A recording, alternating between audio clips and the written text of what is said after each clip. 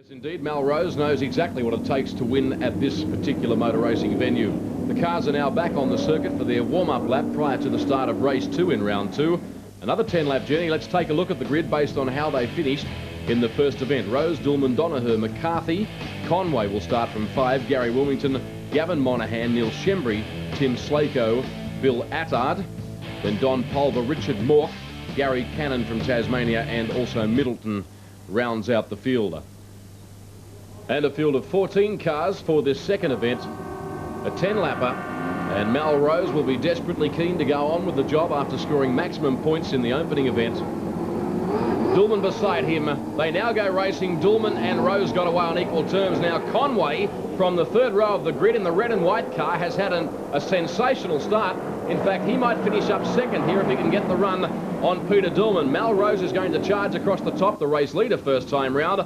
Indeed, Conway has got himself up into second place. Colin Bond, that's a superb start by him. It was great. I see that Slako was there as well, as Mork's gone wide, actually just coming through the loop. And as they now head down again for the next fast right-hander, the field is absolutely bunched up. We're having a replay of now of what's actually happening going over the top. Not too much here. We're following Donoghue through, of course, in the Altitude car. Here's Mork out wide.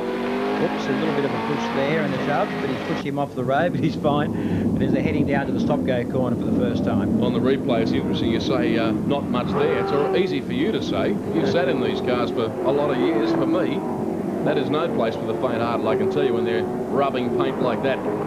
So a good battle. Conway losing a spot to Dillman, who has rocketed by to secure second spot on the circuit behind Rose. You're now on board with Conway, the man that had a great start to this event. Can he keep up the pace, Colin? Well, I think that obviously Dillman's a faster car because he started further up on the grid and just proved it there as he went past. Conway actually was going very well, of course, in third spot, with the people behind him that are just going to now close in and give him a hard time. But it's going to be a great race. McCarthy is now fourth, hounding the daylights out of Conway. Oh, he got very sideways there. Yeah, lost another on place. The gas and offline. It's pretty easy to do when you're driving race cars with so much horsepower. Well, I think what you've got to be careful of is just getting on the power too early, which he's done there. He got the car a little bit sideways, and it's actually slowed him down and allowed McCarthy to get up the inside, and that's where he wanted to be, obviously, for the stop-go corner, and he's picked up another place. Now Peter Dillman running strongly, lifting the inside wheels as he jumped across the curb. There he is again in car 26, sponsored by Allen's. Donoghue's the one that's been missing so far out of this lot. Donoghue was up in the first race, so haven't seen him. There he is, he's behind Slako. Oh, we're on Neil Shembry, who's just been pushed a little bit wide by Monaghan, I would say, in the white car. And he's dropped back onto 3 places just in one foul swoop then.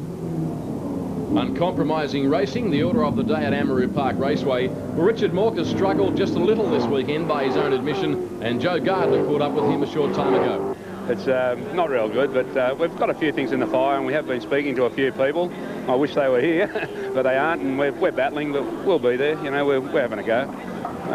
It's not like it's not a real big budget to run here. It's similar to something like a club event, and I've done that for all my life, sort of thing. So I haven't found it very difficult. And that's what's good about the Amscar series: the fact that we're all in the same tyre and it doesn't cost us much money. And these Goodyear tyres are great. I've really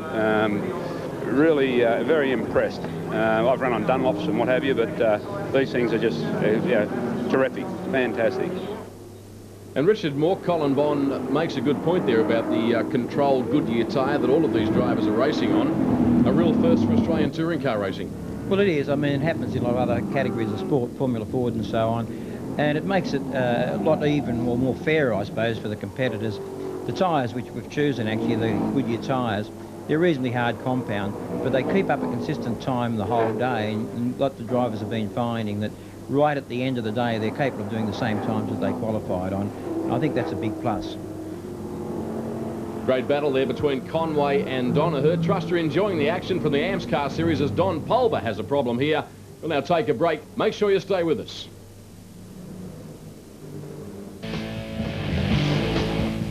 And thanks for joining us wherever you might be watching. And this is race 2 in round 2 of the 1997 Amscar series in front of a very big crowd at Amaroo Park Raceway in Sydney. And as Peter Dillman goes to the pits, we're at half race distance in this event. And Colin Bond beside me. The racing so far, particularly in this event, has been very close. Well, it has. I must admit now, Dillman's stopping that. It's probably taking the pressure off Melrose. So Mel's out in front. It's a good race here, though, between Conway and Donoher. I would expect, actually, Donoher to be putting a fair amount of pressure on Conway because he did qualify the car further up on the grid. But I must admit that Conway's been doing a great job just to keep him out. Donoher will continue to try. He's a fired-up driver. And a couple of corners to negotiate before they run back onto the main straight. Donoher now moves a fair bit closer in the Ultra-Tune Commodore. As Colin Bond pointed out during the broadcast of our first race, that is one of the more popular parts of this circuit for an inside pass. Up the main straight, they run again. And doesn't that shot graphically illustrate the pace? Well, it does. I mean, they've got 6-speed gearbox. I should explain, I guess, but they really only use probably about 4 gears around here. There's 6 gears up the main straight. They're back to 4th now as they come down through this loop, back into 5th gear for the run down into Honda. And really, they only go back to 3rd gear at the stop-go corner. So even though they've got 6 speeds, apart from getting off the line, they only use 4 once they get racing. Problem there for Gary Cannon, the Tasmanian, car number 8. Who, unfortunately for him, makes a mistake on the main straight, but now he's back in business, Colin. Well, he is, David. I think he's probably done what a lot of people do, come through the corner onto the straight, clip the curb, put the power on too early, and just spun to the infield. Now Conway and Donoher involved in a good battle. Donoher up the inside. It's all gone wrong for Conway, who spins on the entry to the main straight. Spectacular. Managed to stay out of harm's way. Yeah, Slako was the one that actually gained out of that because he snuck right through the two of them. Yeah, actually Conway left a sort of bit of a hole on the inside, I think, and Donoher sort of poked his nose in, and then when Conway came across, that was a touch and the spin. But they'll probably have a few words to each other after the race. Oh, this is the in-car shot, so if you've never been in a racing car spinning, that's what it's like. As we said, it's just been a touch from Donoher that's actually spun. No damage has really been done, except Conway's actually dropped back quite a few places. Which is bad luck for him running strongly now. Another battle now develops on the circuit between Donoher and Slako. That's the race leader, Melrose, in the Fairfax Community Classifieds entry. Alan McCarthy now in 2nd spot. And that's territory that would be more familiar to him at the pointy end of the field in the first round, and has driven his heart out today for little result. Well, he has, and we've mentioned before that we didn't know an awful lot about him before he came over to the eastern states, as they often say, from the west. But he's a rally driver over there. He's done very well, actually. I think he won the Western Australian Championship last year. He's leading it this year. He obviously races very well, and in Perth, I think that this particular car is obviously a very good motor car, David, and when it won at Eastern Creek, I thought that he might be the guy just to go on. I would have thought Bob Pearson was another one to probably give them a run. He's not running today. He had a problem on Friday in practice. But Slako is now coming under a lot of pressure from Donoher. And here's Monahan, who's started to come and join in on the crew as well.